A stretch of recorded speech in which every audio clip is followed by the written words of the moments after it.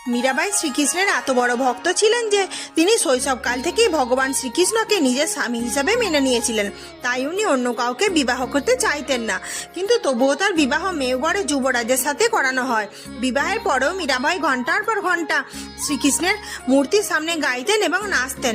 উনি লজ্জার কথা চিন্তা করতেন না, যে কারণে তার শ্বশুরবাড়ির লোকজন একাধিকবার মেরে ফেলার চেষ্টা করেছিল। যদিও বিবাহের কিছু বছর পরই তার স্বামীর মৃত্যু হয়ে গেছিল, আর তারপর তিনি কখনো বৃন্দাবন কখনো দ্বারকায় চলে যান। মানা হয় যে কৃষ্ণ জন্মাষ্টমীর উৎসবে দ্বারকার শ্রীকৃষ্ণের মন্দিরে মীরাবাই শ্রীকৃষ্ণকে বলেন, ও গিরিধারী, আপনি কি আমাকে ডাকছেন? আমি আসছি।